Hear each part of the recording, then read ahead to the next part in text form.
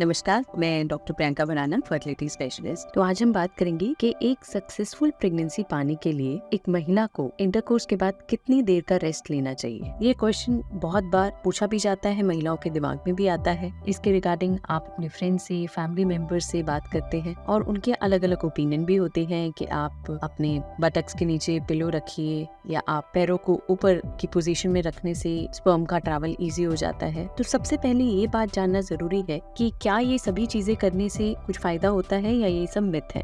यदि आप successful pregnancy चाहती हैं, तो सबसे पहले आप अपना लाइफस्टाइल ठीक करिए, स्मोकिंग, अल्कोहल ये सब बंद करिए, हेल्दी बैलेंस डाइट अपनाइए, अपने प्रीनेटल विटामिन्स लीजिए। उसके बाद सही समय पर इंटरकोर्स करना बहुत जरूरी है, स्पेशली ओव्यूलेशन के टाइम के आसपास, ओव्यूलेशन से 2 दिन पहले और ओव्यूलेशन के 1 दिन बाद तक। आमतौर पे जब हम किसी पेशेंट का IUI यानी इंट्रायूट्राइन इंसेमिनेशन करते हैं तो उनको 10 to 15 मिनट्स का रेस्ट लेने के लिए कहते हैं। लेकिन यदि आप नेचुरली ट्राई कर रहे हैं तो स्पर्म को फेलोपियन ट्यूब में पहुंचने के लिए सिर्फ कुछ मिनट्स ही लगते हैं। आमतौर पे देखा गया है कि 10 मिनट से लेके 20 मिनट तक का ही टाइम लगता है और एवरेज टाइम देखा गया है कुछ स्टडीज में तो 5 मिनट्स भी कहा गया है। सो क्या अपनी लेग्स को होल्ड अप करके आपको हेल्प मिलेगी? क्योंकि ये बहुत सारे लोगों के दिमाग में ये बात आती है, बट सॉरी, ये एक मिथ है। इस तरह की पोजीशन से उनको स्पर्म्स को कोई हेल्प नहीं मिलती। स्पर्म के पास अपनी टेल होती है जिससे वो स्विम अप करके, सबसे पहले अगर हम इसका फिजियोलॉजी देखें तो इंटरकोर्स के समय, इजैकुलेशन के बाद स्पर्म्स वजाइना में स्टोर हो जाते हैं और उसके बाद स्विम अप करते हैं, गर्भाशय के मुख तक पहुंचते हैं जिसको हम सर्विक्स कहते हैं। यदि वजाइना का pH एसिडिक है तो वहाँ पे भी बहुत सारे स्पर्म्स खराब हो जाते हैं। दूसरा, उनको सर्वाइकल म्यूकस के थ्रू ट्रैवल करके जाना होता है। मिलियंस ऑफ स्पर्म्स वजाइना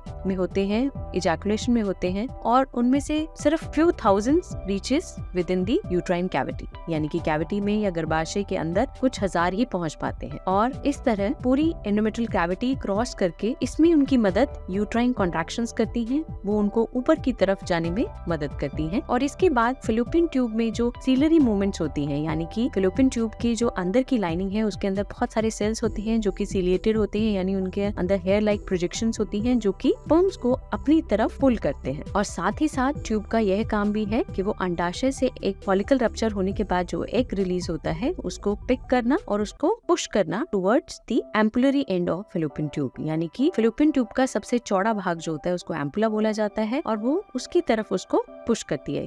और फर्टिलाइजेशन जो है का जो प्रोसेस है वो फेलोपियन ट्यूब के एम्पुलरी पार्ट में होता है और वहाँ तक सिर्फ 1% स्पर्म ही पहुँच पाते हैं। एग जो है वो सिर्फ 12 से 24 घंटे के लिए ही सक्रिय रहता है और स्पर्म्स जो है वो वजाइना में 3 to 5 डेज के लिए लाइव रहते हैं। तो देखा जाए, अगर यदि आप सेफ साइड पे रहना चाहते हैं और रेस्ट करना चाहते हैं तो 10 से 15 मिनट तक का रेस्ट काफी होता है। दूसरा, कोशिश करिए इमीडिएटली उठ के वजाइना एकदम से क्लीन मत करिए, वजाइनल डूशिंग मत करिए, कोई लुब्रिकेंट्स यूज मत करिए इंटरकोर्स के समय, क्योंकि उसके अंदर भी कभी कभार देखा गया है स्पर्मिसाइडल एजेंट्स होते हैं जो स्पर्म्स को खराब कर देते हैं। पोजीशन के लिए जो पोजीशन आपके लिए कंफर्टेबल हो, जिसमें डीपर पेनिट्रेशन हो, वो बेस्ट है। वो आपको खुद ही फिगर आउट करना है और कोशिश करिए कि इंटरकोर्स करने से पहले आप यूरिन पास जरूर करें, इससे यूरिनरी ट्रैक्ट इन्फेक्शन होने का खतरा कम हो जाता है। होप ये वीडियो आपको हेल्प करे आपकी सक्सेसफुल प्रेगनेंसी की जर्नी के लिए। यदि इस वीडियो को लाइक करते हैं तो चैनल को सब्सक्राइब करें और वीडियो को शेयर करें।